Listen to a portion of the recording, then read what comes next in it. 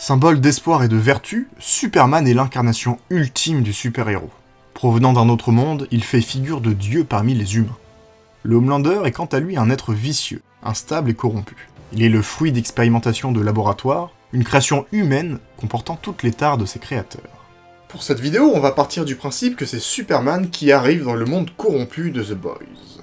Comment ce symbole d'espoir et de bien absolu peut-il s'incorporer dans ce monde-ci ? Aussi, on part du principe qu'il arrive sur Terre en étant déjà Superman pour X raisons. Car pour avoir bossé un peu sur la version où il arrive bébé et grandit sur Terre, il se fait très vite matrixer par la représentation des super-héros de chez Vought. Nous, ce qui nous intéresse ici, c'est de voir sa version idéaliste confrontée à celle bien noire et corrompue du monde de The Boys. Donc, il y a de quoi se demander ce qui se serait passé si...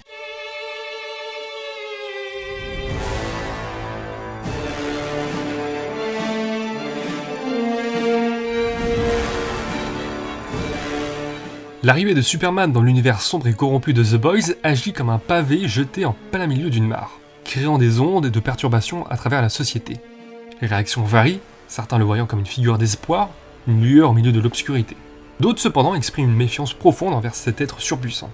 Effectivement, l'arrivée de Superman relance le débat sociétal sur les rôles et les responsabilités des super-héros. Les médias s'emparent de la question, offrant une tribune aux experts, aux politiciens et aux citoyens pour discuter des implications éthiques des pouvoirs surhumains. Car cette fois-ci, c'est différent. Ce qui différencie Superman des autres super-héros de cet univers, c'est son origine. Contrairement aux créations artificielles en laboratoire, Superman est une énigme en lui-même. Une force de la nature imprévisible et qui ne peut être véritablement contrôlée. Alors que les débats font rage, la société se trouve à un carrefour, cherchant à déterminer comment intégrer cet étranger puissant dans un monde déjà déséquilibré. Tout le monde semble avoir son avis sur la question. Très vite, les rumeurs de l'existence de Superman parvient à Vought, la puissante entreprise derrière l'organisation des super-héros. La nouvelle de sa venue se répand comme une traînée de poudre, suscitant fascination et inquiétude au sein de l'organisation. Très vite, Vought prend les choses en main et décide de l'attirer à ses rangs. La présence de cette nouvelle recrue attire immédiatement l'attention et crée un bourdonnement d'excitation parmi les super-héros déjà en place. Accueilli en triomphe par Vought, Superman devient rapidement le centre de l'attention. Son arrivée est saluée comme une opportunité pour l'entreprise de gagner en crédibilité et en puissance.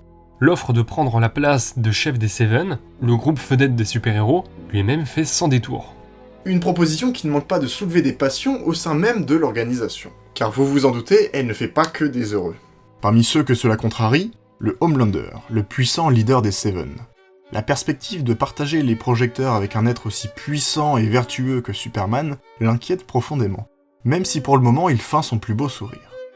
Toutefois, si Vought est intéressé par le potentiel de Superman, c'est bien sûr car il voit là un moyen de renforcer leur image déjà controversée. L'entreprise saisit cette occasion de faire de Superman sa nouvelle carte maîtresse, sa poule aux œufs d'or. Pour gagner l'allégeance de Superman, Vought déploie un éventail d'efforts, allant des séances de relations publiques soigneusement orchestrées aux missions de sauvetage minutieusement planifiées. La ligne directrice est claire, Superman est le héros de tous, du peuple. Bien entendu, il profite de la coopération de Superman pour scruter chaque aspect de ses pouvoirs, ses limites, sa résistance. Tout est analysé de près pour comprendre l'étendue de son pouvoir d'une part, mais aussi pour, pourquoi pas, pouvoir améliorer leur création de super-héros. Des voix critiques commencent à se faire entendre, celles des plus sceptiques. Des observateurs se demandent si Vought exploite Superman à ses propres fins, ou s'il le traite véritablement comme un héros. Des interrogations qui parviennent jusqu'aux oreilles de Superman lui-même, qui ne sait pas bien ce que cela veut dire. Car aux yeux des plus critiques, la dualité entre les intentions de Vought et les idéaux de Superman est claire et crée un dilemme moral, jetant une ombre sur sa participation au sein des Seven.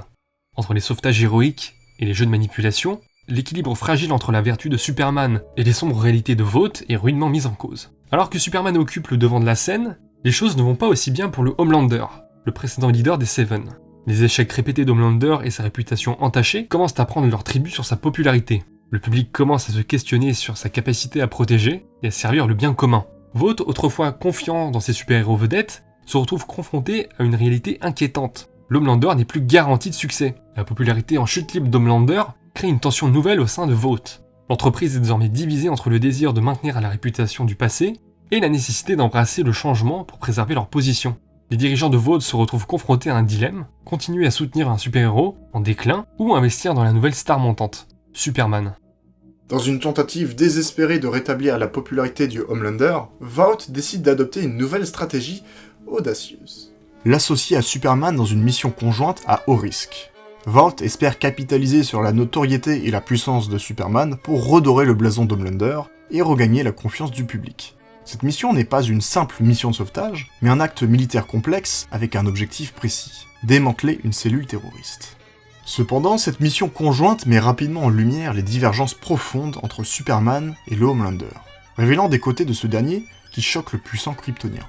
Alors que la mission progresse, le Homelander laisse derrière lui un sillage de dégâts collatéraux, agissant avec une désinvolture qui choque Superman.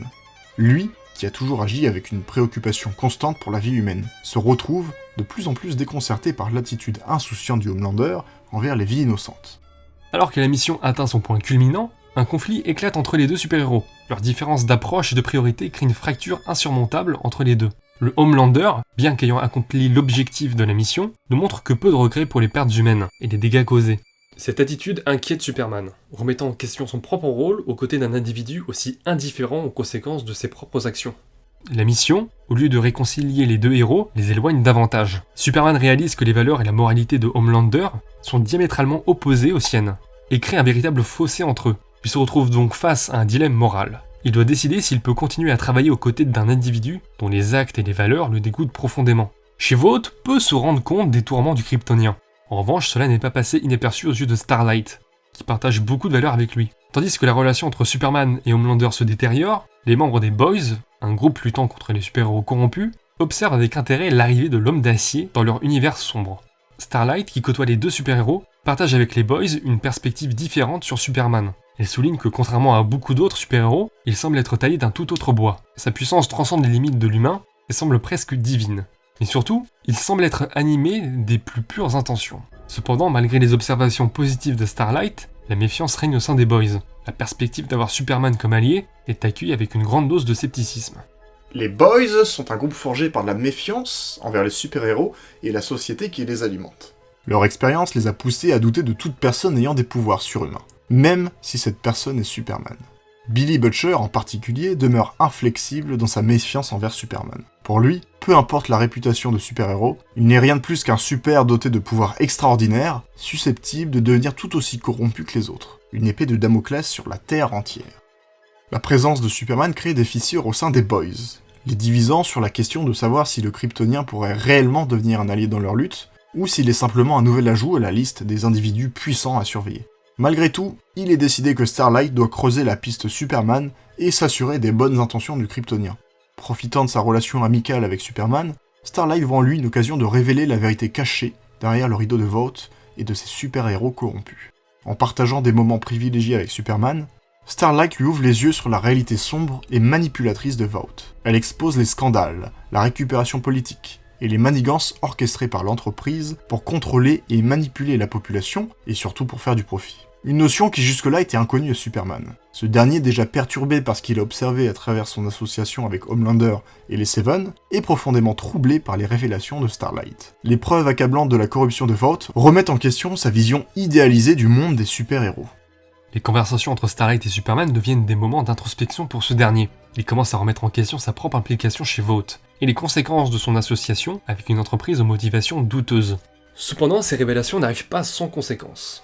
Choqué par les révélations de Starlight, Superman est confronté à une décision déchirante. Rester aux côtés de Vought malgré les preuves de leur corruption, ou prendre position contre eux au nom de la justice. Finalement, Superman ne peut ignorer les preuves accablantes et la vérité qu'il a découvert sur les agissements de Vought. Profondément bouleversé par les actions de l'entreprise et sa propre implication, il prend une décision qui va secouer le monde entier. Superman choisit de rompre tout lien avec Vought, de dénoncer publiquement leurs pratiques corrompues et de condamner les actions immorales commises sous leur bannière, y compris celles auxquelles il a pu participer. Cette déclaration choquante marque une rupture majeure pour le monde entier. Superman, autrefois le symbole de l'espoir et de la vertu, se tient désormais en opposition directe avec l'entreprise qui l'a accueilli et utilisé pour ses propres intérêts. L'annonce de Superman crée une scission au sein de la société et du monde des super-héros. Certains le soutiennent dans sa démarche, le voyant comme un exemple de courage et d'intégrité, d'autres remettent en question ses motivations et sa crédibilité, alimentant ainsi un débat mondial. Cette scission, bien que tumultueuse, apporte également un nouvel élan à la lutte contre les super-héros corrompus. Les actions de Superman incitent d'autres à remettre en question leurs alliances et à s'engager dans une quête pour la vérité et la justice. De nombreux super-héros de chez Vought sont inspirés par cette prise de position, et voilà une occasion de rédemption. À travers les manifestations et les mouvements de résistance qui gagnent en ampleur, la population trouve un symbole d'espoir en Superman, un héros qui se dresse contre la corruption, et dont le courage et l'intégrité incitent les autres à se joindre à la lutte. Le rayonnement positif de Superman se propage comme un feu de brousse, ralliant les individus au-delà des différences et des divisions, pour former un front commun contre l'injustice et l'abus de pouvoir. Superman et Starlight deviennent un vrai problème pour Vought qui ne recherche plus qu'une chose, l'élimination de ces deux individus. Les manifestations anti-Vought tournent de plus en plus mal et finissent parfois en véritable guerre civile. Ce conflit est plus globalement généralisé sur la planète entre les pro-Superman et les pro-Homelander. Le conflit entre les deux titans semble inévitable. Une mission qui ravit l'Homelander, dont l'ego et la fierté le persuadent qu'il peut vaincre Superman. C'est alors en pleine manifestation que la rencontre tant attendue a lieu. Le ciel s'assombrit alors que les deux puissants adversaires se fixent du regard. Une atmosphère électrique qui annonce le conflit imminent. Le Homelander, autrefois l'incarnation de la supériorité, fait désormais face à un adversaire qui est au moins son égal, sinon plus. Les yeux écarlates du Homelander s'illuminent, dégageant une énergie intense, tandis que les yeux bleus perçants de Superman brillent avec une lumière semblable. Un silence tendu enveloppe la scène, alors que les deux héros surpuissants se préparent à libérer leurs rayons oculaires mortels. Soudain, un déluge d'énergie pure jaillit des yeux du Homelander, se transformant en un rayon incandescent qui s'élance vers Superman. Mais ce dernier, résolu et déterminé, contre-attaque, en libérant sa propre rafale de rayons laser. Les rayons laser se croisent dans le ciel, créant un spectacle visuel époustouflant d'éclats lumineux. L'intensité du combat semble ébranler les cieux, et le sol tremble sous la force du duel titanesque. Superman, puissant dans toute sa puissance, parvient à repousser les rayons du Homelander, inversant la trajectoire des énergies destructrices. Les rayons incandescents se dirigent alors vers leur source, touchant le Homelander de plein fouet au visage. Il est projeté en arrière par la force de l'impact, secoué par l'intensité des rayons qu'il a lui-même déchaînés. Son aura de confiance et de supériorité semble s'estomper, remplacé par un mélange de stupéfaction et de vulnérabilité. Il ne s'est jamais senti aussi faible, tandis que Superman le toise au loin d'un air satisfait. À la vue de milliers de témoins, le Homelander s'échappe, la queue entre les jambes. Sa réputation est plus que jamais entachée, et la vidéo de sa déculottée fait le buzz partout sur la toile. Il ne rêve que d'une seule chose, prendre sa revanche aux yeux de tous. Les équipes de Vought croient pouvoir l'y aider. En attendant, la situation est catastrophique pour l'entreprise. Ses bénéfices sont en chute libre, la majorité de ses super-héros l'abandonnent. Il ne voit qu'une solution, céder aux demandes des manifestants sur le contrôle des super-héros. Et en symbole de cet acte de réconciliation, la cérémonie visant à apaiser les relations prévoit un message fort. Une poignée de main entre Superman et le Homelander. L'événement est retranscrit en direct sur tous les réseaux sociaux et prend place devant une foule innombrable. Pour la première fois, Superman sent que quelque chose ne tourne pas rond. Le Homelander arbore un sourire beaucoup trop vrai cette fois, très loin de ce sourire d'apparat auquel tous se sont habitués. Sur scène, ce dernier fait un grand discours. Il admet les erreurs du passé et la responsabilité qu'il a eue dans les mauvaises gestions des Seven. Et grâce à Superman, il affirme avoir pris conscience de sa vraie nature. Le moment tant attendu vient d'arriver. En signe de remerciement, Superman s'approche du Homelander pour lui tendre sa main. Une main que ce dernier empoigne fermement, tandis que de son bras gauche, il sort une dague sous sa cape. Superman n'a pas le temps de voir la menace, que voilà la dague au plus profond de son thorax. Le Homelander poursuit son œuvre en donnant une répétition de coups frénétiques.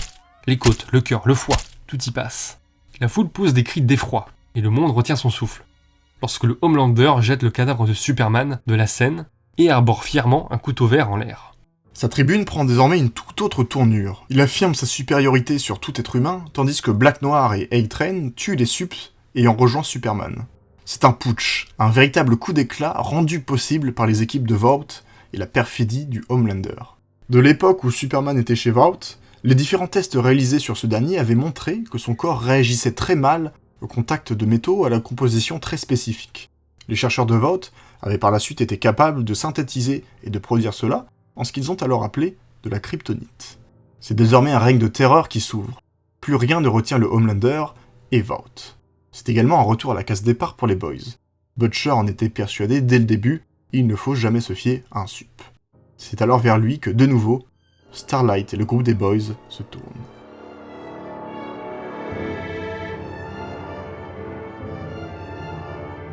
C'est la fin de cette vidéo, j'espère que ça vous aura plu. N'hésitez pas à liker, à partager, à commenter, à nous suivre sur les réseaux sociaux, Twitter, Instagram, TikTok. Et on vous dit à la prochaine!